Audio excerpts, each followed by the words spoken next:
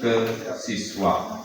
Dan untuk itu saya mohon kepada kita semua untuk memperhatikan dari fasilitator-fasilitator yang sampai nanti kita selesai melaksanakannya, dan sudah ada di jadwal itu sampai RTL ini Pak Pengawas, RTL, rencana tindak lanjutnya. Tidak hanya berakhir di sini, tetapi terus kita akan upayakan untuk kita melaksanakan pelatihan-pelatihan di setiap minggunya.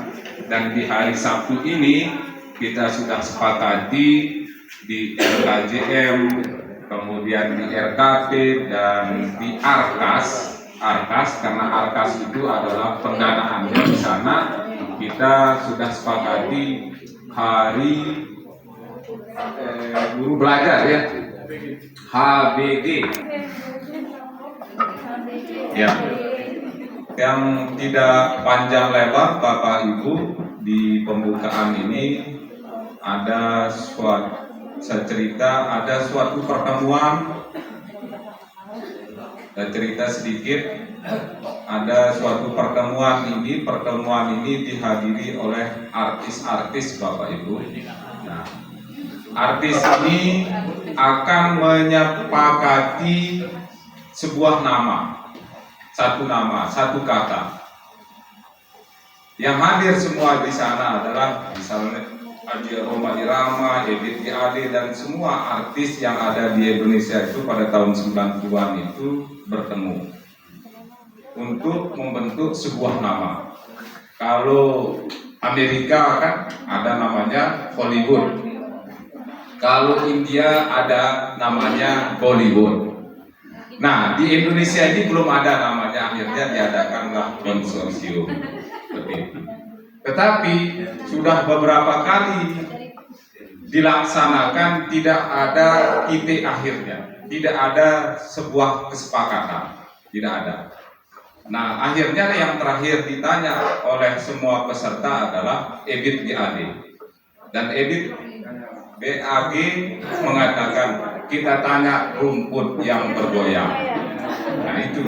Nah untuk itu jangan sampai Bapak Ibu bertanya kepada rumput yang bergoyang apa yang kita bicarakan hari ini. Nanti tolong diperhatikan dan ditanyakan kepada yang berkompeten, yaitu Bapak Pengawas Pembina. Itu saja Bapak Ibu, yang akhiri. Sekian, wassalamualaikum warahmatullahi wabarakatuh. Ya, dan langsung saja ke Bapak Fasilitator.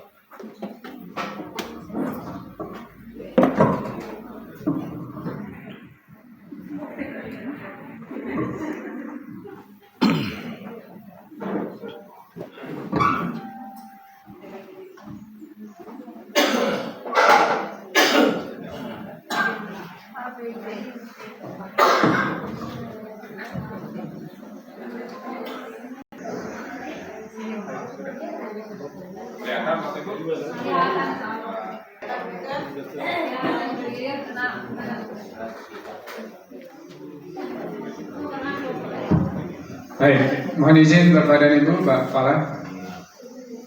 Bismillahirrahmanirrahim. Bismillahirrahmanirrahim. Assalamualaikum warahmatullahi wabarakatuh. Yang sama-sama kita hormati Bapak Kepala Sekolah, Bapak Ibu Waka, dan Bapak Ibu guru hebat dan bijaksana yang sama-sama kita saling menghormati.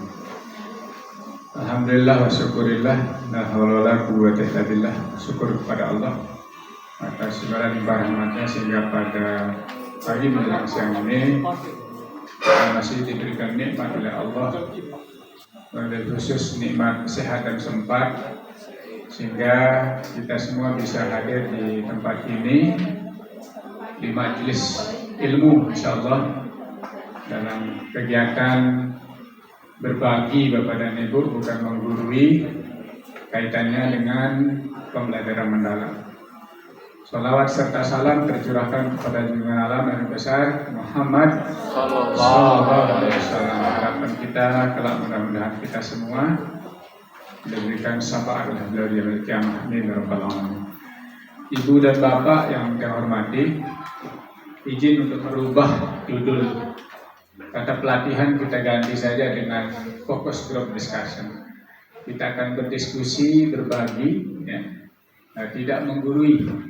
Nggak apa-apa kalau di sini, nggak apa-apa sebagai laporan. Nah, kalau FGD mungkin nggak diakui di Arkas nih. Nah, itu Bapak dan Ibu. Jadi kehadiran tiang di sini adalah untuk kita berbagi apa yang Bapak Ibu miliki, nanti saya akan ambil, dan apa yang saya miliki akan saya berikan. Ini yang ketiga kali pada 2 tahun terakhir, Ibu dan Bapak saya hadir. Yang pertama pada tanggal 1 sampai 2 Juli 2024 yang lalu.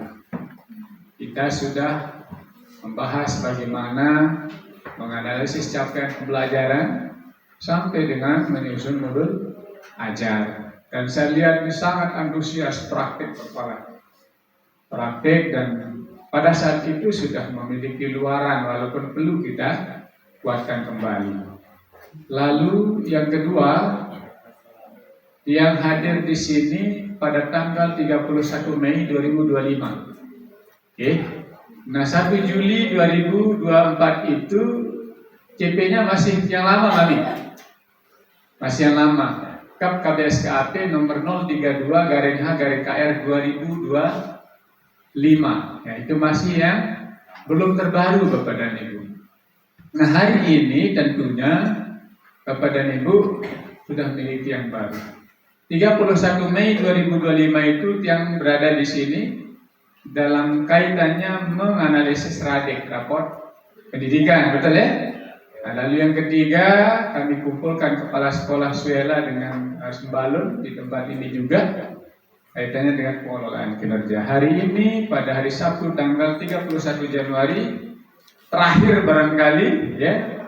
Terakhir maksudnya adalah karena sekarang Bapak dan Ibu sudah punya pengawas hebat, pengawas muda, namun dia tidak tua. Umur tua, ilmunya sudah tua juga, ya. Nah, oleh sebab itu Bapak dan Ibu nanti pelunggu akan dibekali, didampingi oleh pengawas baru. Untuk itu Bapak dan Ibu sekali lagi saya sangat bersyukur bisa membersamai Bapak dan Ibu pada kegiatan ini. Nah, sebelum kita mulai, saya mau berangkat dari mana? Ini perlu saya bertanya sebagai bagian dari pertanyaan reflektif. Karena saya yakin Bapak dan Ibu sudah menerima ya sebelumnya apa sih pembelajaran mendalam itu. Mungkin 1, 2, 3 dulu, siapa yang bisa memberikan tiang paparan sedikit apa yang Bapak dan Ibu sudah tahu yang pertama tentang pembelajaran mendalam itu. Angkat tangan Bapak dan Ibu. Ada fasilitator sini? Ada? Siapa? Berapa orang? Luar biasa. Kenapa harus panggil pengawas kalau sudah ada fasilitator? Karena kalau fasilitator itu ilmu PM-nya sudah hatam. Kemudian masih alif bata ini. Masih dia ikro. Gitu ya. Coba yang pembelajaran mendalam yang menjadi fasil dulu. Belum ada, Pak. Oh, belum ada. Yang sudah dilatih. Nah, baik. Alhamdulillah kalau begitu. Ya, mulai ya takut ya. Nah, saya yuk latih nih, angkat tangan. Sudah dilatih. Nah, oke, silakan Ustaz. Apa yang setelah pelunggu mengikuti pelatihan, harap nih sih, akhirnya bagus suaranya. Nah, apa yang pelunggu sudah tahu, apapun itu, ya, tentang pembelajaran mendalam. Satu.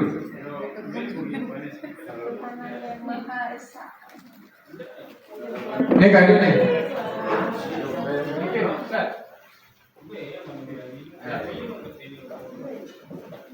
Halo.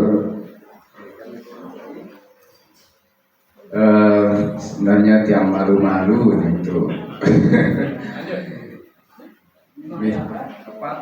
Terima kasih atas kesempatan yang diberikan kepada tiang untuk sedikit berbagi tentang pembelajaran mendalam, bahwa dari hasil pelajaran-pelajaran yang masih ingat apa sih pembelajaran mendalam itu, Pak. Jadi pembelajaran mendalam itu adalah suatu pendekatan paradigma ya bagi kita sebagai pendidik untuk menanamkan konsep secara mendalam, secara kritis terhadap murid kita. Jadi bukan peserta didik, tetapi sekarang terhadap murid kita, agar mereka betul-betul menguasai, mengimplementasi konsep-konsep tersebut, dan itu dilakukan secara kontekstual ya, secara kontekstual, aplikatif istilahnya kalau sekarang gitu. Kemudian bahwa pembelajaran mendalam itu memiliki 3 prinsip seperti yang tadi, yaitu bermakna, mendalam, dan sangat menjoyful, itu sangat menggembirakan atau menyenangkan. Nah, selanjutnya masih ada 3 peserta yang sudah mungkin bisa melanjutkan hal tersebut. Terima kasih. Kasih tepuk tangan dulu untuk dia. Pak Guru. Ya, kata kuncinya tadi adalah kontekstual, ya. Aplikatif dan kontekstual. Siapa lagi? Cek dulu. Yang wanita mana? Enggak ada, yang mama saja. Oke, silakan. Tadi kata kuncinya adalah beliau memahami tentang pendekatan mendalam itu adalah pendekatan yang membuat anak memiliki pemahaman mendalam pada konteks konsep ya, pada konsep, dan diaktualisasikan, diaplikasikan secara mendalam, secara kontekstual. Nah, seperti itu. Lalu beliau menyampaikan prinsipnya, tapi belum lengkap tadi prinsipnya, dilengkapi. Baik, terima kasih atas kesempatan yang diberikan. Sebenarnya saya juga kurang mendalam pengetahuannya ini Pak Pengawas tentang hal tersebut, karena pelatihan itu kami bertiga mengikuti, alhamdulillah dapat kesempatan mengikuti dan dapat ilmu baru lah dari pelatihan tersebut. Jadi dalam pembelajaran mendalam itu sebenarnya ada diminta anak itu sadar terlebih dahulu. Kenapa dia belajar hal itu? Berkesadaran. Kemudian pembelajaran yang dipelajari itu harus bermakna. Bukan tentang ini, bukan tentang ini. Jadi yang kedua, pembelajaran itu harus bermakna. Jadi dia harus bermanfaat bagi anak tersebut. Tidak asal mempelajari sesuatu tapi tidak dipahami. Yang ketiga itu ya pembelajarannya diusahakan menyenangkan. Walaupun menyenangkan itu terkadang kita lebih bersorak-sorai mungkin, tapi menyenangkan dalam arti anak itu betah dalam belajar, merasa hal itu bermanfaat, mungkin itu indikasi yang paling bagus dalam pembelajaran. Kemudian selanjutnya ada beberapa alur yang digunakan dalam pembelajaran mendalam. Itu ada tahap memahami terlebih dahulu, memahami konsep, kemudian mereka baru mengaplikasikannya. Dia harus mampu mengaplikasikan kemampuan tersebut atau pemahamannya tersebut. Misalkan memahami tentang listrik, bagaimana dia menggunakan listrik itu, bagaimana. Kemudian ada refleksi. Refleksi itu ya menilai, kemudian mengaplikasikannya ke dalam kehidupan sehari-hari. Mungkin hal-hal itu bisa kita tekankan ke anak-anak. Jangan sampai mereka paham tapi tidak bisa mengaplikasikan kemampuannya. Misal dia menggunakan listrik, tapi dia tidak merefleksi bahwa listrik itu bisa membuat boros. Nah, mereka menyalakan lampu siang hari. Mungkin itu perlu direfleksi, Pak. Salah satunya. Mungkin itu saja dari saya, karena masih ada suhu yang lebih paham tentang ini, Pak. Jadi mungkin kita berikan kesempatan kepada yang benar-benar suhunya. Terima kasih, Pak. Tepuk tangan dulu kepada Ibu. Ya. Tadi sudah ditambah lagi ya. Yang pertama adalah prinsipnya. Kemudian yang kedua adalah pengalaman belajar. Nah, sekarang dilengkapi lagi oleh sukunya. Mana sukunya?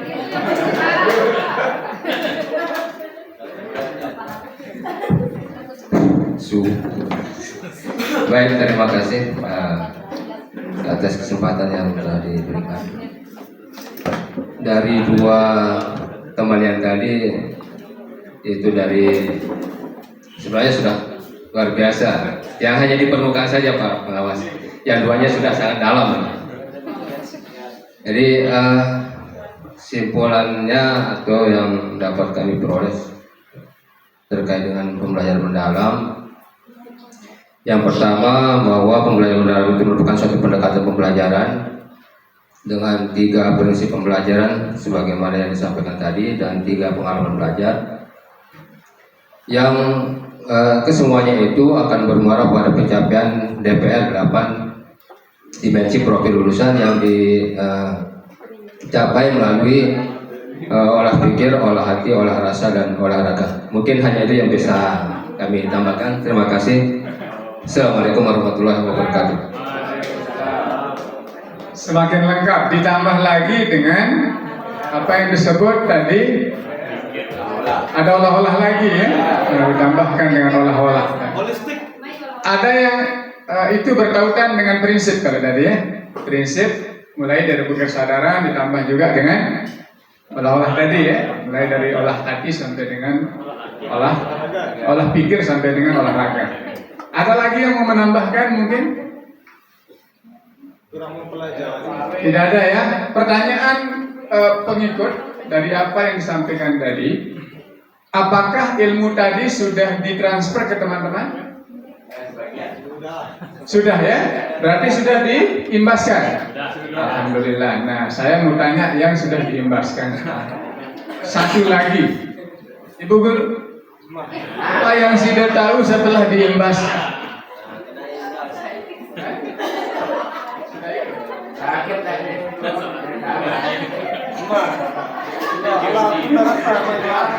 Oke, tidak apa-apa.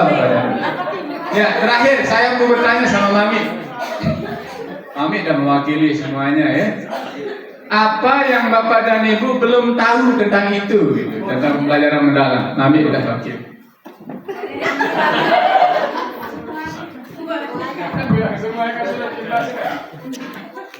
Terima kasih. Assalamualaikum warahmatullahi wabarakatuh. Mewakili Mimus ini. Apa yang Mami dan Mami yang lain belum tahu tentang PM dan apa yang Mami ingin tahu seperti itu? Terima kasih ya. Untuk pembelajaran mendalam ini yang memang ini adalah merupakan suatu apa istilahnya itu pembelajaran, metode pembelajaran yang sangat baru yang dilakukan oleh kementerian terutama, sehingga Bapak Menteri juga mengharapkan program ini berjalan dengan baik. Untuk itu ya dari program ini sehingga banyak kegiatan-kegiatan yang dilaksanakan oleh kementerian, termasuk juga pelatihan fasilitator pembelajaran mendalam. Nah, kaitannya dengan itu Bapak Pengawas, ya kami khusus dari SMP Negeri 1 Suela menyambut baik dengan program ini untuk pembelajaran mendalam. Yang kami sangat harapkan di pembelajaran mendalam itu bagaimana memahami yang sebenarnya,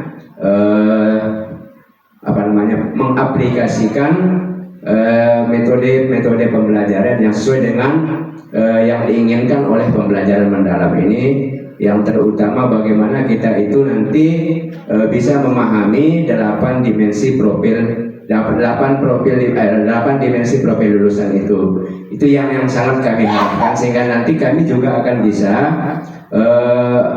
mengaitkannya dengan cita-cita kami di sekolah ini. Artinya yang kami wujudkan di sana sesuai dengan visi.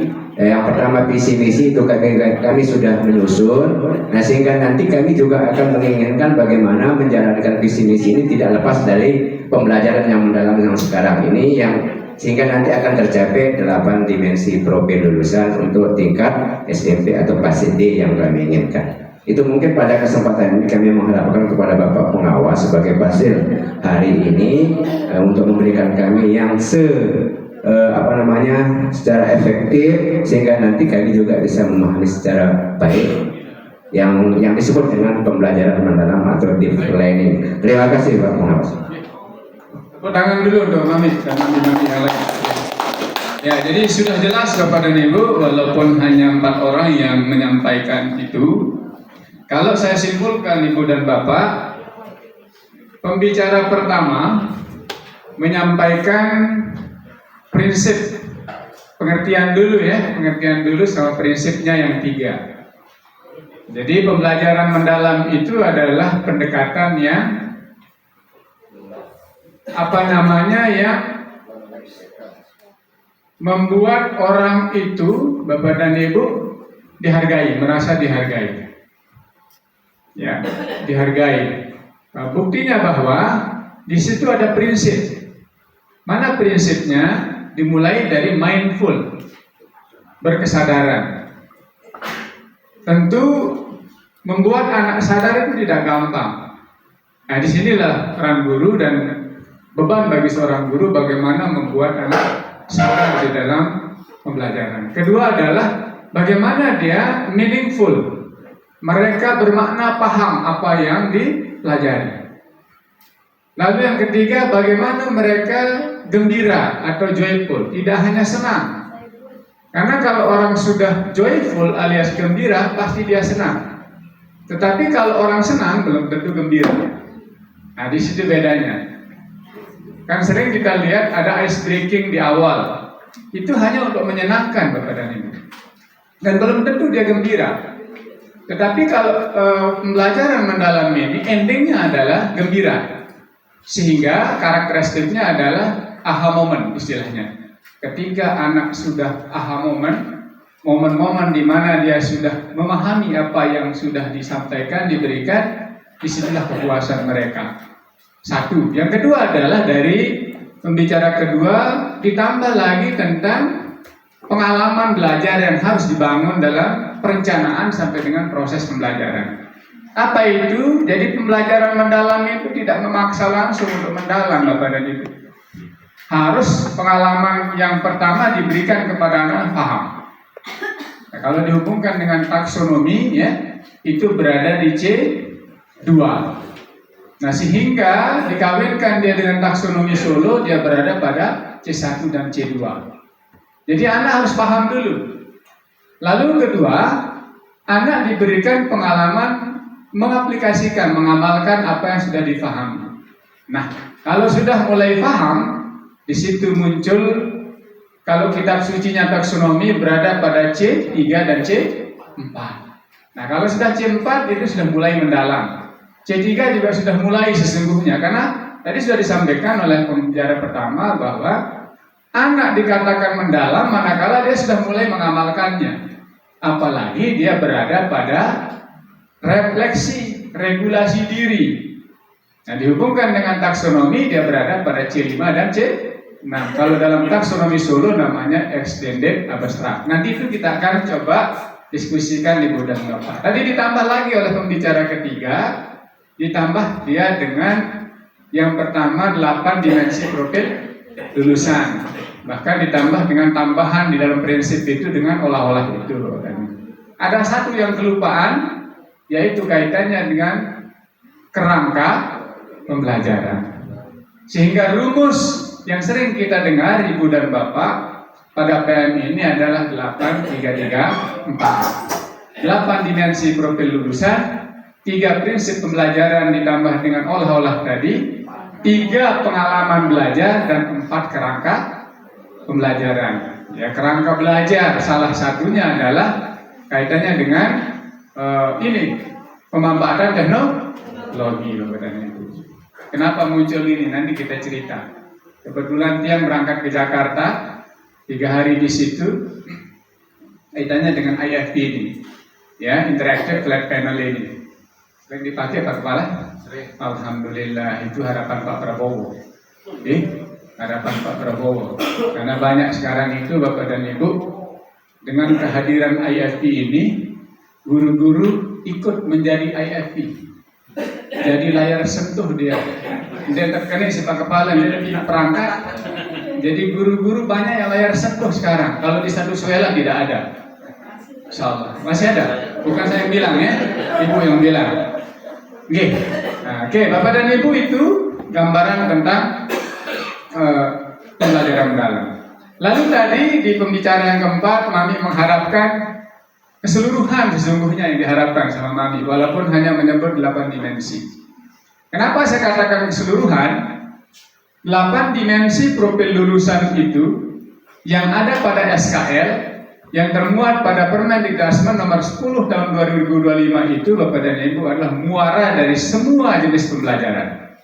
Mulai dari apa yang disebut intrakurikuler saat ini yang kita akan bedah. Yang kedua adalah co-kurikuler. Yang ketiga adalah ekstrakurikuler.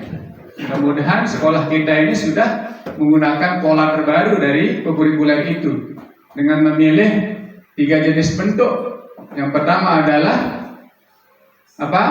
Kolaborasi lintas disiplin ilmu, mirip dia dengan P5 yang lalu. Yang kedua, bentuk yang kedua adalah G7K. Bentuk yang ketiga namanya cara lain. Cara lainnya banyak sekali, dengan melihat karakter satuan pendidikan, melihat karakter anak, melihat kekhasan sekolah. Di situ Bapak dan Ibu. Sehingga Bapak dan Ibu tidak menzolimi Permendikbud nomor 13 tahun 2025 tentang kurikulum itu. Banyak di antara kita di satuan pendidikan yang lain saya tanya, apa kurikulernya Pak Kepala? MBG katanya. Oh, mana MBG? MBG dengan besar kan? Nah, jangan sampai seperti itu Bapak Ibu. Mungkin dia akan mengambil dimensi kesehatan di situ. Sehingga dia bercerita saya ambil MBG katanya. Tidak ada pola, tidak ada bentuk di sana yang mengatakan MBG, tidak ada. Itu ada buku panduan terbaru di kurikuler. Nah, oleh sebab itu kembali kepada apa yang disampaikan Mami tadi. Kalau berbicara tentang supaya mencapai 8 dimensi profil lulusan yang ada pada visi, lalu diaktualisasikan dalam bentuk misi, lalu diharapkan dalam sebuah tujuan, maka kita harus melakukan 3 hal Bapak dan Ibu. Apa itu? Perencanaan, pelaksanaan, dan asesmen. Boleh ditambah dengan tidak lanjut. Berat yang diminta Mami ini. Waktu kita sampai jam berapa? Sampai puasa. Berarti sampai maghrib ini. Nanti dilanjutkan oleh Pak Pembina ya. Yang nanti sekilas, karena kita sudah punya ilmu dasar. Karena Bapak dan Ibu sudah diberikan ajian segoro geni dulu bagaimana menganalisis CP. Tinggal bedanya adalah CP yang dulu dengan yang sekarang berbeda pada dulu dia memiliki CP fase. Sekarang sudah tidak ada CP fase lagi. Dia langsung ke elemen. Ya, dia langsung ke elemen. Misalnya bahasa Indonesia. Dulu CP fasenya pada akhir fase D baru menyimak ini. Sekarang langsung ke menyimak. Matematika juga demikian, langsung ke bilangan. PKN langsung ke Pancasila elemennya.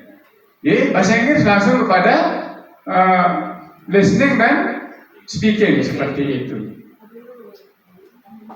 Nah, itu Bapak dan Ibu bedanya. Jadi Bapak dan Ibu, kita akan menggunakan CP terbaru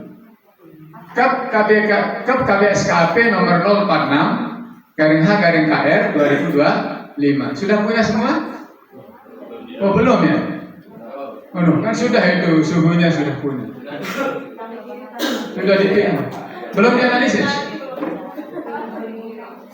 Belum dianalisis?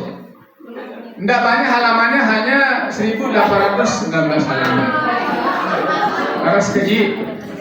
Nah, nanti pilihan diri. Nah, di mana saya, di mana Sida, gitu ya. Baik. Nah, kalau begitu panjang ceritanya ini Mami. Ya, kalau kita mau utuh pemahaman kita, maka kita harus mulai dari menganalisis CP. Dan karena Bapak dan Ibu sudah punya ilmu caranya seperti yang dulu, maka kita bisa langsung terjun kepada modul ajar. Ya, kepada modul ajar atau RPP pembelajaran mendalam. Kalau KKTP sudah gimana? Oh belum ya, nanti juga bisa kita tambah dengan itu. Baik Bapak dan Ibu yang saya hormati, saya pikir tidak akan saya terlalu panjang lebar karena kalau berbicara tentang pembelajaran mendalam ini materinya. Ya, yakin yang sudah didapatkan oleh yang ikut-ikut. Jadi harus dimulai dari PPB ya, pola pikir bertumbuh yang disebut dengan growth mindset kalau bahasa Swelanya. Ya, jadi jangan sampai kita memiliki PPT, pola pikir tetap. Sudah kan diberikan? Alhamdulillah. Lalu ini awalnya kalau kita masih memiliki PPT, maka pembelajaran mendalam itu sulit untuk diterima. Oleh sebab itu, kita semua harus memiliki pola pikir bertumbuh. Artinya kita yang sadar dulu baru membuat anak sadar. Bagaimana Bapak dan Ibu mau menyadarkan anak kalau gurunya masih belum sadar? Nah, oleh sebab itu diberikanlah materi oleh pemerintah yaitu growth mindset. Nah, sehingga alternatif terburuk yang bisa kita sampaikan kepada siapapun bahwa jangan pernah mengatakan tidak, tetapi minimal mengatakan belum. Nah, itu yang disebut dengan the power of yet, ya, the power of ya, kekuatan dari kata belum itu lebih bagus dibandingkan dengan tidak. Karena kalau di pola pikir bertumbuh itu tidak perlu ada apa, ya, tidak harus ada kata tidak, jangan sampai ada kata tidak. Tidak akan sampai, ya minimal belum seperti itu. Lalu tadi sudah disampaikan konsep dan kerangka di situ sudah ada, ya. Yang tadi itu Bapak yang baru pengalaman, assessment, perencanaan, dan terakhir inquiry kolaboratif. Nah sudah, nah kita langsung saja ke materi yang khusus, ya. Dari yang khusus. Itu pun kalau Bapak dan Ibu butuh lagi, bisa juga kita perlihatkan. Di materi khususnya, nah ini Bapak dan Ibu ya. Ini nanti CP-nya yang terbaru, bisa menganalisa. Ini ringkasan dari apa yang tadi itu secara umum, karena kita cukup memahami yang rumus tadi sebenarnya kalau mau mengaplikasikan pembelajaran mendalam itu. Kenapa 8 dimensi itu di awal? Karena itu muara dari apa yang kita akan sampaikan kepada anak kita. Supaya sampai 8 dimensi profil lulusan itu. Bagaimana anak takwa dan memiliki iman, kemudian sadar akan kehadiran Tuhan. Sampai dengan bagaimana anak mampu berkomunikasi. Jadi ada 8 dimensi itu. Nah, lalu Bapak dan Ibu nanti kalau kesulitan mencari halamannya, ini sudah yang sediakan dari SD, dari fase A sampai dengan fase D. Ini bisa dilihat halamannya di sini. Ya. Nah ini jadi supaya tidak langsung Bapak dan Ibu, karena agak lama kalau kita buka CP-nya, ya. Ada halamannya. Saya mengambil sendiri. Nah, apa yang kita harapkan Bapak dan Ibu? Bapak dan Ibu pertama harus memiliki dokumen capaian pembelajaran masing-masing. Jangan dokumen yang panjang ini yang dimiliki. Bapak dan Ibu harus punya dokumen capaian pembelajaran. Masing-masing mapel harus punya. Ambil dia dokumennya misalnya di PAIBP ya. Ini saya contohkan Bapak dan Ibu dokumen CP. Bapak dan Ibu di dalam pemahaman capaian itu tidak cukup langsung paham CP-nya. Harus dimulai dengan rasional, karakteristik, tujuan, baru CP-nya. Kenapa? Karena di dalam rasional ini ada hal-hal penting yang perlu dipahami guru. Karakteristik mata pelajarannya, pendekatan yang digunakan. Ya. Misalnya kalau di bahasa Inggris, bahasa Indonesia, di bahasa Inggris itu menggunakan GBA istilahnya, Geographic Approach. Jadi pembelajaran berbasis teks. Di bahasa Indonesia juga sama di situ berbasis teks. Nah, kalau kita lihat di PAIBP, ya, kalau kita lihat di PAIBP ini Bapak dan Ibu, ada karakteristik yang harus ya kita lihat di sini. Ini misalnya, ini harus dibaca utuh, ya, dibaca utuh. Nah, baru tujuannya apa, kemudian karakteristiknya apa. Nah, barulah dia deskripsi dan elemen dan deskripsinya. Nah, barulah CP-nya. Ini harus dimiliki oleh semua.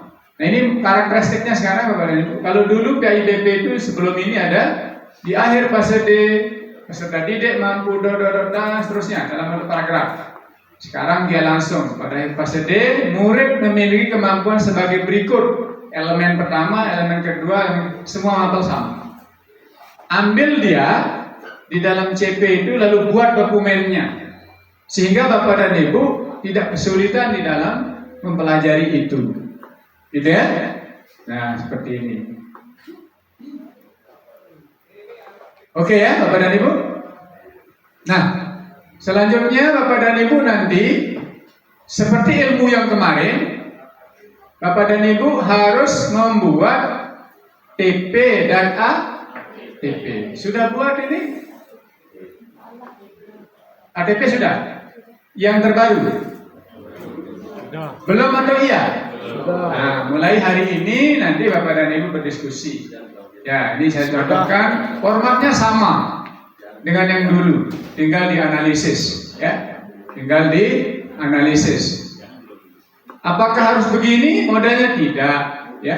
Yang jelas alur ini dan TP ini, ya, harus dibuat 3 tahun alias 1 fase.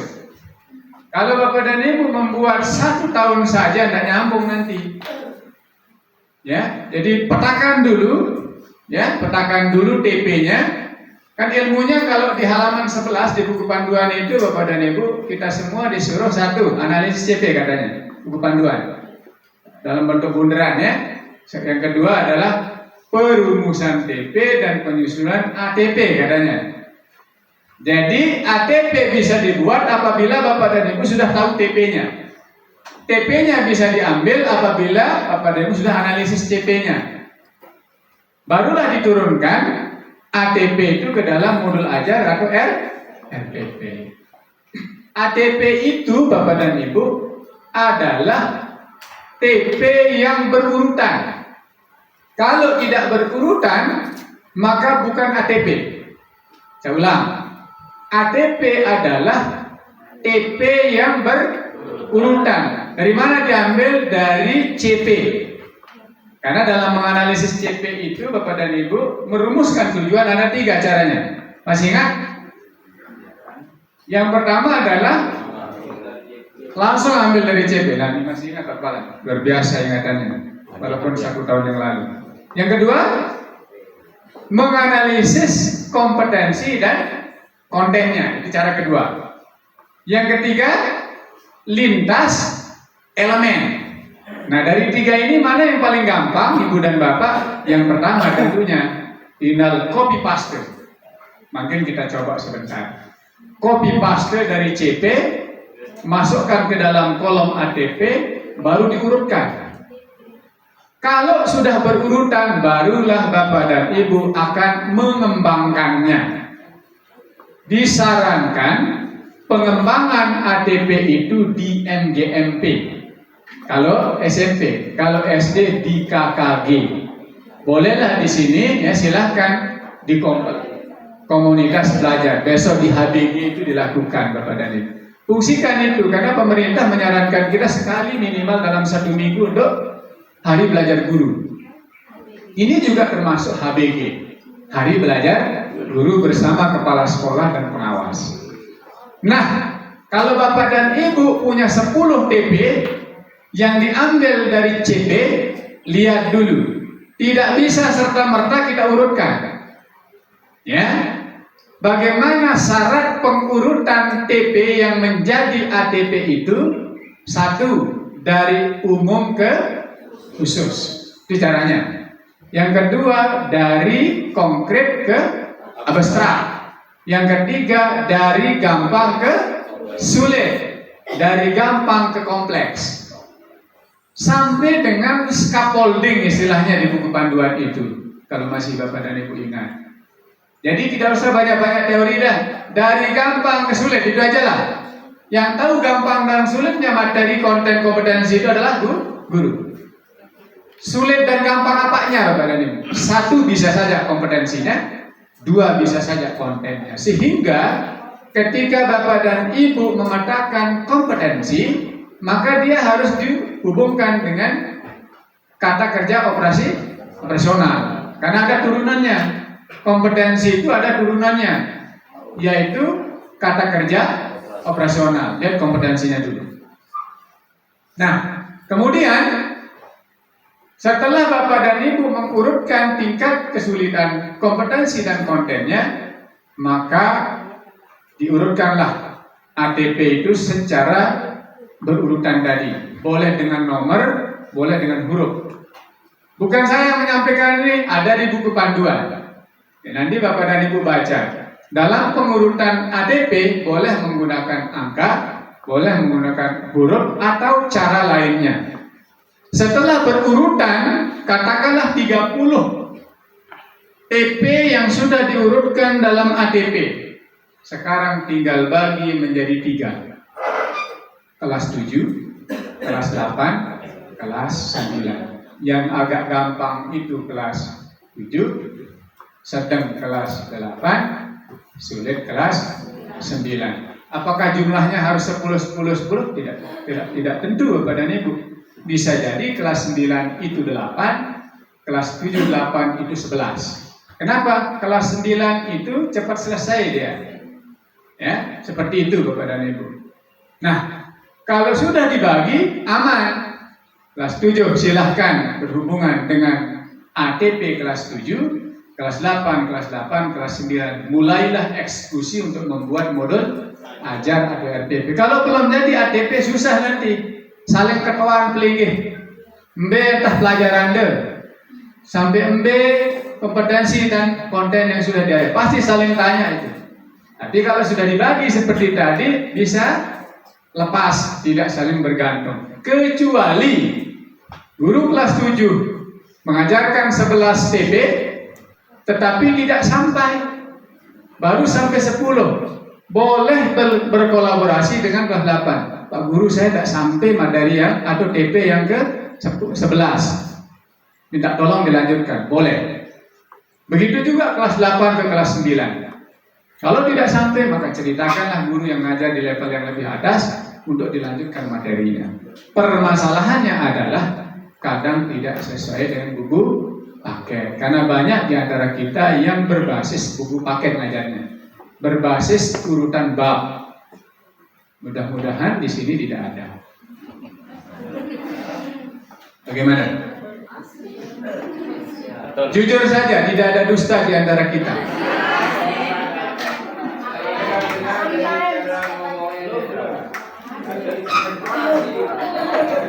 Nanti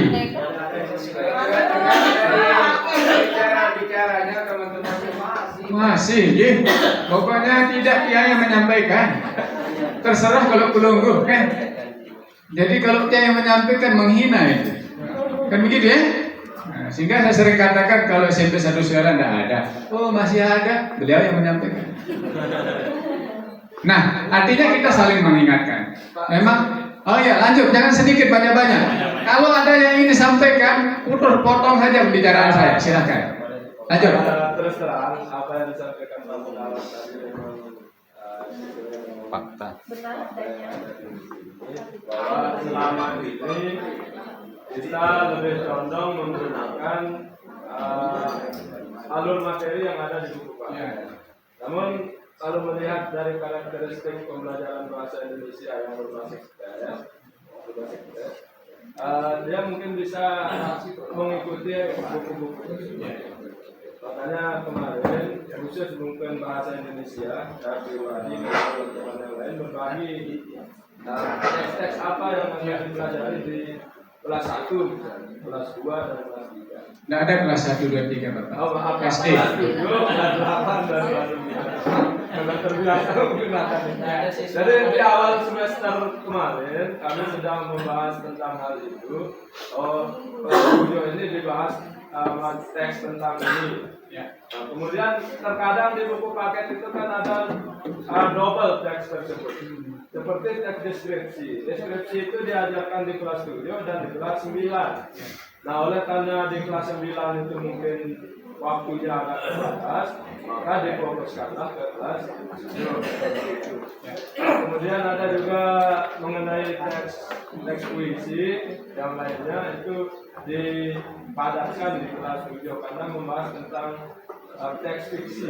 Nah, maka dipadatkan ke kelas 7. Mungkin apakah itu menyalahi modelnya Pak Pengarang? Baik, terima kasih. Ya. Jadi kalau pembelajaran berbasis teks lalu berbasis buku paket tadi tidak salah. Yang salah adalah tidak sesuai dengan CP dan TP-nya, KTP-nya. Gitu ya. Jadi Bapak dan Ibu, memang kita masih terkungkung ya, masih terkungkung dengan mindset lama. Nah, kalau bahasa Indonesia dan bahasa Inggris karakteristiknya sama. Guru yang paling tersiksa adalah Indonesia dan bahasa Inggris. Kenapa? Diberikan materi umum. Apa katanya? Ya, di sana berbagai jenis teks tidak disebut, kecuali di panduan khusus di bahasa Indonesia itu ada. Apa katanya? Berbasis teks seperti descriptive.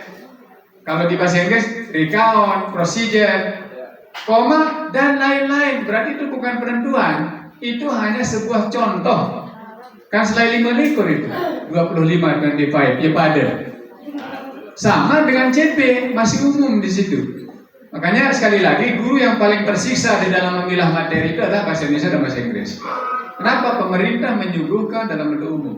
Lalu kalau kita menggunakan urutan bab, ya, selama dia berurutan dengan alur yang kita bikin tidak salah, Bapak. Tetapi kalau tidak sesuai alurnya, mulai dari eksplanasi dulu misalnya, kan itu tinggi Bapak dan Ibu. Nah tentu diurutkan dia, gitu ya, diurutkan sesuai dengan tingkat kesulitan tadi. Nah pemilihan materi diserahkan sepenuhnya kepada Bapak dan Ibu guru. Itu hebatnya kurikulum yang sekarang ini. Lebih fleksibel di dalam memilah dan memilih materi. Kenapa? Gurunya yang menguji. Tidak ada ujian bersama, tidak ada. Kecuali nanti ada TKA. Itu pun tidak diwajibkan. Ada asesmen nasional, itu pun literasi numerasi Bapak. Nah konon kebetulan dia yang mengikuti uji publik. Jadi pasal demi pasal, ayat demi ayat kita bedah kemarin itu, ya. Lalu kita ganti begitu, entah kapan buka permendak ini, Bapak. Yang jelas intinya TKA dengan AN itu akan diintegrasikan. Dan kalimat terakhir yang dapat itu adalah peserta TKA adalah peserta AN. Berarti AN sudah tidak lagi menjadi kelas 8 akan menjadi pesertanya. Kalau benar yang disampaikan kemarin, maka nanti AN itu kelas 9 yang akan menjadi pesertanya. Seperti itu ya. Sementara permennya keluar. Nah kembali kepada yang tadi, memang sering ini menjadi keluhan ibu dan bapak guru. Pak pengawas berarti tidak sesuai dengan buku katanya. Buku paketnya kapan? Tahun 2022, cocok. Permennya 2025. Ya. KPSKP-nya 2025. Nah, sehingga penyesuaian. Tetapi bukan berarti buku paket itu tidak bermanfaat. Jangan dibuang Bapak dan Ibu. Bisa jadi kita ambil materi dari buku yang lalu. Ya, kan masih saja kita butuhkan teks-teks yang bisa menjadi. Bahkan Bapak dan Ibu bisa membuat materi sendiri seperti itu. Bisa minta bantuan AI dan terusnya. Nah itu Pak Guru ya. Jadi memang kalau mindset kita seperti yang lama, maka kita pasti masih menggunakan urutan buku paket. Kenapa? Karena kita belum jadi RPP kita misalnya kan. Apalagi dengan kehadiran PM ini, belajar mendalam ini. Mohon maaf, izin, tolong jujur Pak yang sudah dilatih kemarin. Pernah enggak Bapak dan Ibu dilatih mulai dari analisis CP untuk menyusun sebuah RTP mendalam? Dalam proses yang kemarin itu hanya sebatas materi umum yang beberapa hal yang wajib ada di sana di dalam modul itu. Elemen-elemennya. Oke, baik. Elemen yang wajib ada itu. Kemudian tidak sampai membahas tentang bagaimana menyusun CP menjadi ATP dan seterusnya. Langsung ke modul seperti itu. Memang itu ya. Seperti itu. Langsung ke perencanaan. Perencanaan kemudian ada berbagi praktik baik itu kita ke sebuah sekolah. Nah jadi Gini Pak Guru ya, yang sudah lama sering diundang ke beberapa sekolah yang coba lihatkan kita Pak Pengawas, Pak Korwas, benar enggak yang dibuat ini gitu. Mungkin siap ya. Jadi pasir-pasir itu berada di dalam, menyampaikan mengimbaskan. Pasir ini bukan yang diimbaskan lalu mengimbaskan lagi, pasirnya langsung mengimbaskan yang duduk di belakang. Nah di akhir yang diberikan kesempatan untuk menyampaikan pertanyaan. Jadi yang menyampaikan bahwa ini bagus sekali dan bilang, pertanyaan saya adalah dari mana Bapak mengambil TP itu? Apa jawabannya? Dari ChatGPT. Oke, tidak apa-apa. Apakah ChatGPT itu sudah sesuai dengan KPSKP 046? Nah, tidak tahu dia yang Pak Pengawas. Nah, coba kita buka bersama. Sehingga kami langsung diskusi di situ.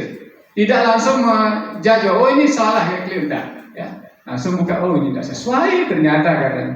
Bukan saya yang mengatakan begitu, tapi teman-teman yang mengatakan begitu. Satu, kedua adalah coba tarikkan saya benang merahnya, dimulai dari DPL sampai dengan asesmen minimal, belum KKTP. Kalau KKTP itu nanti sendirilah kita bahas.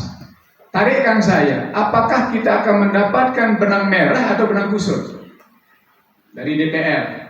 DPL yang dipilih komunikasi, tujuannya tidak ada yang berkomunikasi. Kemudian, ya setelah itu di kegiatannya tidak ada yang berkomunikasi. Kalau DPL dipilih komunikasi, maka di tujuan harus ada tujuan untuk berkomunikasi. Lalu di kegiatan itu harus ada komunikasi. Lalu di latihan anak-anak di LKM lembar kerja murid itu harus ada kegiatan komunikasi. Lalu di asesmen harus ada yang diuji tentang bagaimana dia berkomunikasi. Lalu di KKTP pembandingnya adalah pembanding yang bertautan dengan komunikasi. Baru itu namanya benang merah. Nah nanti kita coba Bapak Ibu. Tidak usah banyak-banyak kita berteori. Kalau teorinya sudah hafal kemarin, sudah diimbaskan. Kita langsung lihat contoh lalu kita tarik benang merahnya. Bahkan suguhkan saya contoh satu saja nanti dari Bapak dan Ibu yang membuat, baru kita diskusikan bersama. Setuju apa enggak? Baik. Itu gitu. Nah, jadi dasar modul ajar atau RPTM tadi tentu dimulai dari tadi. Kenapa yang buatkan itu? Karena petunjuknya di buku panduan itu ada bahwa di dalam membuat perencanaan pembelajaran dan asesmen itu harus dimulai dari ATP dulu. ATP harus dimulai dari TP, TP dimulai dari analisis capaian pembelajaran. Ini buku panduan kepadanya, ya, regulasi seperti itu. Nah, setelah itu baru apa yang kita sudah urutkan di sini nanti akan menuju kepada modul ajar sebelum kita praktik kepadanya. Nah, nanti Bapak dan Ibu akan memilih, ya, apakah elemen sederhana atau elemen lengkap. Jadi itu adalah pilihan. Ya, seperti itu. Nah, coba kita lihat sekarang Bapak dan Ibu. Bisa dilihat siapa guru PAI? Oh, nah ini Ustaz. Kenapa PAI? Karena PAI itu mata pelajaran pertama di CP itu, ya. Ya. Kalau ini tambahan, ya. Teman-teman yang sudah ikut, ya, tambahan ya, identitas ya. Nah ini nanti Bapak dan Ibu lihat, nyambung enggak? Walaupun dari identitas harus nyambung. Identitas itu adalah penanda. Salah mengatakan apalah arti sebuah nama. Itu keliru itu. Ya. Nama itu penting sebagai identitas. Ya, misalnya materi pokok, ini dari mana diambil? Coba. Ini dari yang mana diambil Bapak? Dari elemen apa? CP, dari CP ini. Bukan kita yang buat materi pokoknya. Ayat Al-Quran dan hadis tentang pentingnya iman. Hanya satu materi Bapak dan Ibu.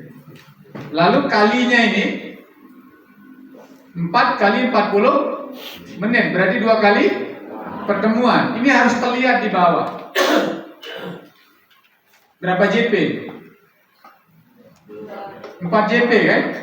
4 jam pelajaran, 40 menit. Ya? PIBP itu berapa jam? 3 jam. Kenapa? Sudah diambil oleh sudah diambil lalu 3 jam aslinya ya. 3 jam diambil 1 berarti tinggal 2 JP. Nah ini kita gunakan 4 JP, 2 kali pertemuan. Ini asli untuk intrakurikulernya. Nah, nanti di kokurikulernya dia menyebar bergantung pada bentuk kuapa yang diambil. Kalau lintas disiplin ilmu berarti dia sistem proyek. Kalau G7K maka dia bertautan dengan 7 kebiasaan anak Indonesia hebat, seperti itu. Identifikasi. Nah, ini boleh kita katakan diagnosanya lah.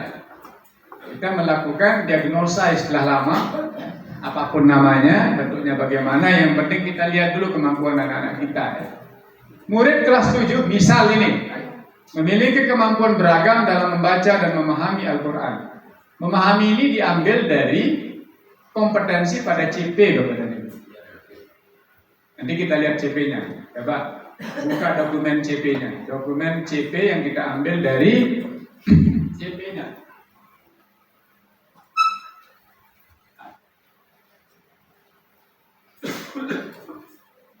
Memahami ayat Al-Quran tentang pentingnya iman. Ini yang pertama. Ya, ini yang pertama. Sekarang kita buktikan dia benar adanya. Memahami ayat Al-Quran dan hadis, ya. Sebagian kecil ini hasil identifikasinya. Sebagian kecil murid telah terbiasa membaca dan memahami, namun sebagian besar masih memerlukan bimbingan. Berarti harus ada aksi lebih.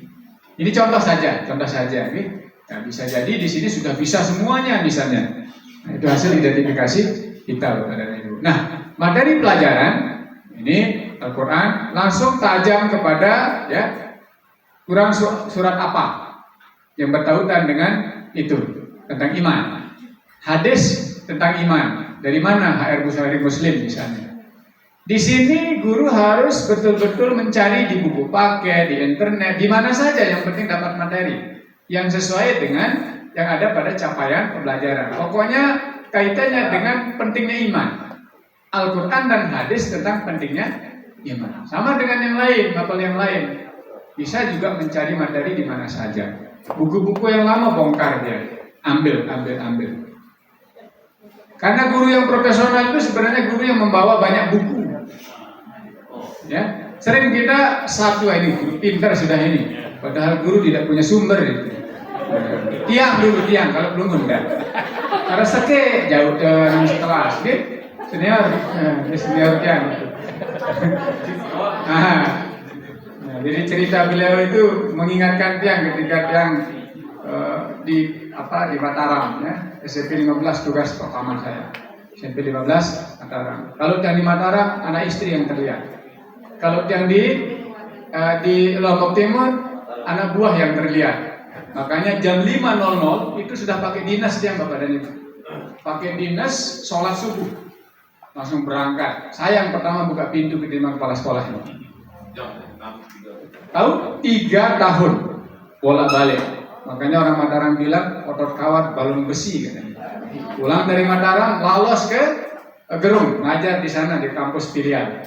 Ya, di STKIP Gerung sana. Pokoknya kalau bahasanya bu guru bahasa Inggris ini crazy worker. Ya, pekerja yang gila ya. Sekarang kita rasakan lelahnya. Oke, kembali ke sini Bapak dan Ibu. Oke. Nah, di situ nanti ada yang diminta CP-nya. Nah, tinggal pelungguh tambah dia elemen, karena banyak elemen. Elemen apa yang mau dibuat di situ? Ya, kalau di contoh pemerintah tidak ada yang seperti ini. Mirip dia diberikan kebebasan. Yang penting elemennya, ya, mau elemen yang sederhana, mau elemen yang lengkap boleh. Tapi kalimat CP ini ada dia. Cuma yang tambah dengan elemen apa? Ya. Nah, kalau ini elemen Al-Quran, inilah CP-nya, asli dari CP. Baru lintas disiplin ilmu dengan siapa Bapak dan Ibu berkolaborasi. Bahasa Indonesia misalnya untuk apa? Pemahaman makna dan tafsir misalnya. Kan nanti disuruh mentranslate mengartikan ya, mengartikan ayat-ayat Al-Quran itu. IPS misalnya kaitannya dengan kehidupan bermasyarakat, ya, kehidupan sosial. Barulah kita ya merumuskan, menyuguhkan TP. Ingat Bapak dan Ibu, TP yang sudah matang. Jangan sampai TP umum. Kalau TP umum susah saja di situ nanti. Susah Bapak dan Ibu. TP yang sudah berurutan. Ya, yang sudah diambil, yang sudah dipetakan bersama ya. Guru kelas 7, 8 dan 9. Nah, ini karena pertemuan pertama dan kedua, maka ambillah yang sudah berurutan pertama dan kedua. Nah, contoh kasus misalnya di pertemuan pertama ini setelah diurutkan semuanya hanya ini urutan pertamanya. Tapi tadi sudah yang sampaikan bahwa disarankan guru itu mengembangkan alurnya atau TP-nya pada alur ya, boleh turun naik. Silakan mulai dari turun dulu baru naik. Mungkin Bapak dan Ibu tidak mampu menyuruh anak itu untuk menjelaskan arti ayat Al-Quran langsung. Kenapa? Harus dibaca dulu kan? Ya, untuk apa? Untuk mahorijul hurufnya, ya, untuk fasahahnya. Ini Ustadz yang lebih tahu ya. Untuk tajwidnya dan seterusnya. Nah, sehingga perlu dikembangkan. Suruh baca dulu. Buatkan tujuan pembelajaran. Tapi muara pembelajaran itu ini aja, yang kuning ini Bapak dan Ibu. Kenapa? Harapan terakhir sebenarnya pemerintah itu yang kuning. Muara kuning ini. Yuk, kenapa banyak sekali tujuannya Pak Pengawas? Nah, ini lagi pertanyaannya. Kenapa harus ada di awal? Tadi sudah yang sampaikan. Mungkin ada siswa kita di satuan pendidikan itu yang tidak mampu langsung berdasarkan CP. Maka perlu dimulai PM itu aja dimulai memahami dulu, ya. Tidak langsung kepada extended abstrak, tidak langsung ke pembelajaran mendalam tingkat tinggi Bapak dan Ibu. Pengalaman yang harus dibangun, paham dulu, aplikasi baru refleksi. Sama dengan level kognisi anak-anak kita. Kalau tidak mampu C2, ya mulailah dari C1. Kalau sudah dianggap mampu C2, harapan kita C seterusnya. Apa bayangan kita? Ini tuntutan rapor pendidikan. Masih daerah literasi? Tidak. Turun naik? Naik apanya? Numerasinya? Alhamdulillah. Tetapi jangan sampai tidak ada yang bisa menjamin hari ini naik, tahun depan naik juga. Kenapa? Sampelnya beda. Yang menjawab juga beda. Kecuali Bapak dan Ibu ya berinisiasi, berusaha untuk berbuat seperti yang kita lakukan pada hari ini untuk merancang pembelajaran dengan pembelajaran yang mendalam Bapak dan Ibu. Kenapa? Karena soal-soal literasi numerasi itu adalah soal tingkat tinggi, soal-soal nalar. Kalau hanya sampai menjelaskan saja, bagaimana rapor pendidikan kita nanti? Ya, bisa nggak anak itu sampai kepada analisis, sampai menyimpulkan, sampai refleksi? Nah, itu harapan kita. Kenapa harus naik tangga? Ya, supaya harapan kita anak-anak yang diuji nanti di TKA dengan AN, mereka minimal ya memahami ya bagaimana menjawab soal-soal nalar. Nah, mudah-mudahan Bapak dan Ibu selalu melatih anak-anak kita untuk seperti itu. Kalau bahasa kerennya disebut dengan HOTS, High Order Thinking Skills, seperti itu. Sampai sini bisa ditangkap kira-kira? Bisa ditangkap Bapak dan Ibu? Sudah bisa ditangkap kamera. Insya Allah tidak atau insya Allah iya? Diulang-ulang sampai 10 kali. Jadi dalam menyusun nanti ya TP-nya yang di dalam alur dikembangkan. Kalau hanya ini tidak cukup, ya, tidak cukup untuk menuju abad 2 anak Indonesia Emas 2045 tidak sampai. Ya. Kenapa pembelajaran mendalam dimunculkan? Ya, kalau di sejarahnya ya di pembelajaran pertama di PM ini bahwa Indonesia ini Bapak dan Ibu ya, hanya 1% yang bisa menjawab soal level 3. 99% anak bisa menjawab level 1 dan 2. Tahu level 3 itu C berapa? C4, 5, dan 6. Hanya 1%. 99% anak hanya bisa menjawab C1, 2, dan 3. Ini adalah hasil PISA, Program for International Student Assessment tahun 2022. Kenapa? Karena bisa jadi kita tidak pernah melatih anak-anak kita untuk itu. Ya. Mungkin kita tidak pernah mengembangkan tujuan yang kita akan ajarkan. Cukup yang ada di buku paket saja. Ya. Jangan sebut bahwa benar itu Pak Pengawas. Jangan bilang begitu. Ya. Tidak benar. Saya sudah melakukannya. Itu yang bagus itu. Ya. Ya. Ada yang sudah mencoba mengembangkan sampai tingkat tinggi? Jujur. Ndek yang bercerita walaupun jerak ya masuk dia teman. Ada yang sudah mencoba? Belum ya? Yakin? Nah, jemaah Mami ajak teman-teman kita untuk mencoba seperti Pak Pala ini orang hebat ya. Orang hebat tapi dan semau so ya doang jadi anak sebenarnya harus ada yang lain, manusia lain ya. Seperti itu. Nah, oke Bapak dan Ibu ya. Ini harus dikembangkan sehingga kita coba ini ajarkan 2 kali pertemuan misalnya. Kenapa ini hanya 2 TP? Karena ini membaca ini agak lama. Harus kita uji dulu banyak hal yang kita uji. Aspeknya apa Ustaz ya? Ya, aspeknya yang kita uji.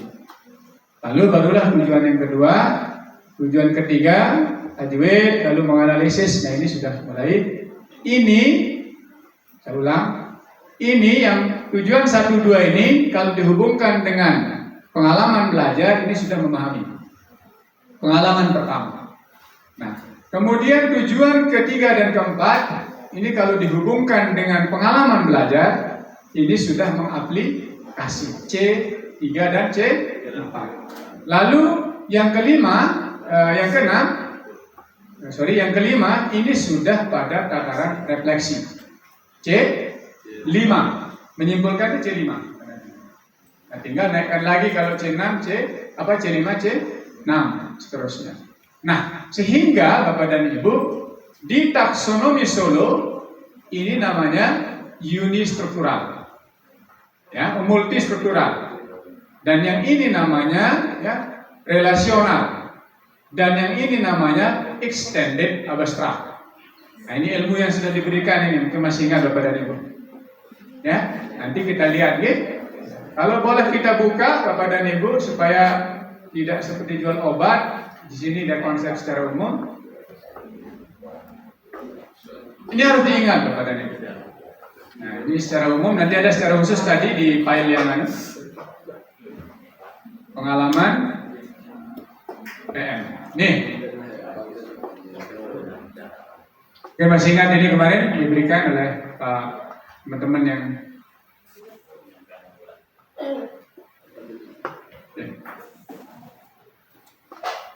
voucher.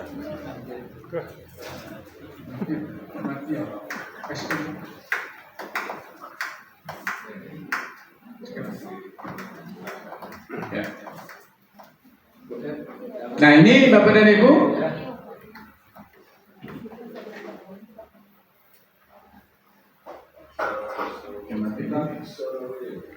Ini kata kuncinya.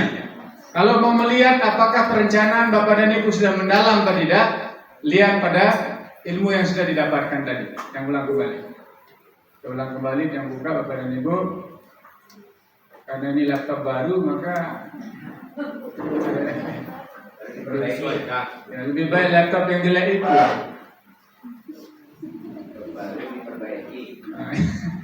Ya, baru dibawa.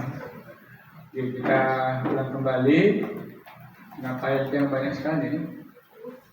Materi khusus ya, materi khusus. Nah, di ringkasan. Yakin yang ini sudah Bapak dan Ibu dapatkan? Nah, ini dia. Ada resolusinya. Ya, bisa dilihat Bapak dan Ibu? Coba yang oh ya. Oke ya. Nih, coba belum lihat nih. Ini harus Bapak dan Ibu pahami dia. Oke. Jadi kalau Bapak dan Ibu menggunakan mazhab belum, maka ini yang harus Bapak Ibu perhatikan. Mazhab belum, kalau anak itu dikatakan paham, memahami ya, level paham, apabila Bapak dan Ibu merancang, melaksanakan, dan melakukan asesmen pelajaran pada C1, C2. Oke ya? Memahami ya? Anak dikatakan paham apabila Bapak dan Ibu sudah mengajarkan C1, C2. Oke. Yang kedua, anak dikatakan mengamalkan apa yang sudah dipahami apabila dia sudah diajarkan dan memahami C3, C4. Sini sudah mulai mendalam. Kenapa? Seperti yang disampaikan beliau tadi, ciri pelajaran mendalam itu aplikasi kontekstual. Kalau bahasa bukunya, bahasa kurikulumnya berdasarkan alam takambang. Jadi anak itu belajar mengamalkan itu melalui alam takambang. Ya, lalu anak dikatakan merefleksi, sudah mampu merefleksi, refleksi itu Bapak Ibu regulasi diri. Apabila dia berada di C5 dan C6, kalau mazhab Pelongo itu taksonomi belum. Tetapi kalau mazhab Bapak dan Ibu taksonomi Solo, structure of observed learning outcomes, bahasa Swelanya, Yes. maka anak dikatakan paham manakala pada uni dan multi struktural. Nah, kalau prastruktural ini tidak ada, di belum. Tetapi kalau Solo ada. Prastruktural itu artinya tidak paham, 0. Katakanlah level 0. Ya. Anak dikatakan mengaplikasi apabila dia sudah pada level relasional. Dia menghubungkan ide-ide di situ. Ini penjelasannya. Anak sudah dikatakan mampu meregulasi diri apabila dia berpikir abstrak yang mendalam. Ini tataran tertinggi apa yang diharapkan oleh pemerintah ya pada pembelajaran mendalam ini. Kesimpulannya adalah anak dikatakan mendalam apabila dia sudah mengamalkan apa yang sudah dikerjakan dan dipahami secara rutinitas dan berkesinambungan. Itu namanya regulasi diri. Analoginya begini, ada contoh kasus di PAIBP. Materinya tentang sholat. Oke, sholat misalnya, sederhana ya. Mungkin Bapak dan Ibu sudah mengajarkan bagaimana ya jenis sholat dulu, nama-nama sholat, ya, rakaatnya, lafaznya, gitu ya. Anak paham. Berarti dia berada pada C1, C2 alias uni dan multistruktural. Ketika Bapak dan Ibu mengarahkan anak untuk mengamalkan apa yang sudah diajarkan tadi, konsep yang tadi, maka dia sudah berada pada relasional atau C3 dan C4. Mengaplikasikan dan menganalisa di situ. Tetapi belum tentu anak yang sudah mengamalkan itu mampu merefleksi. Ya bisa jadi misalnya dia sudah sholat, bisa bersolat begitu ya, diamalkan. Tetapi ketika mendengar azan, dia masih momot dia. Masih diam terpaku. Anak yang sudah mampu merefleksi diri ketika mendengar suara azan langsung lari wudhu, ya, langsung lari ke masjid atau di mana saja untuk sholat. Dan itu terjadi secara rutinitas dan berkesinambungan. Itu disebut dengan merefleksi diri. Sama dengan kita, Bapak dan Ibu. Ya, sama dengan kita. Apakah kita sudah melakukan itu, memiliki regulasi diri tentang kebiasaan-kebiasaan yang kita lakukan? Tel berbunyi. Ya, kita tahu apa yang kita ajarkan tapi sering terlambat. Tetapi orang yang mampu merefleksi diri dan berada pada tataran extended abstract taksonomi Solo, C5 dan C6 pada taksonomi belum, apabila gurunya hamil 5 menit sudah berada di dekat kelas. Misalnya. Nah, dan itu terjadi ya, secara rutinitas dan berkesinambungan. Kalau kita mengambil analogi seperti itu, sehingga kesimpulannya Bapak dan Ibu pada tataran level ya level pengalaman pertama ini anak itu baru mengingat saja, mengingat baru memiliki ide, ingat apa yang diajarkan gurunya dan dia sudah bisa menyampaikan apa yang sudah diajarkan gurunya. Lalu Di tataran aplikasi dia sudah bisa menghubungkan ide-ide. Oh kalau begitu begini harus saya begini. Ya. Nah kalau sudah di tataran terakhir ya memperluas dan menerapkan ide dalam kehidupan sehari-hari secara kontekstual. Nah sehingga kalau kita kembali ke CP tadi, kata memahami, kalau mazhabnya taksonomi masih berada di C2. Tetapi kalau mazhabnya Wiggin dan MCTG, ini teorinya, itu harus paham yang 6, baru dikatakan paham. Makanya taksonomi ini banyak Bapak dan Ibu, ya. Dan boleh menggunakan mana saja. Nah, itu kata buku panduan. Bisa menggunakan taksonomi Bloom, bisa menggunakan taksonomi Solo, bisa menggunakan taksonomi Morrison, bisa menggunakan 6 facets of understanding, 6 aspek pemahaman, atau yang lainnya. Kalau Dendek bingung-bingung, ini wah siara, mana yang sudah paham saja lah. Ya, seperti itu Bapak dan Ibu yang saya hormati. Izin sebentar ya.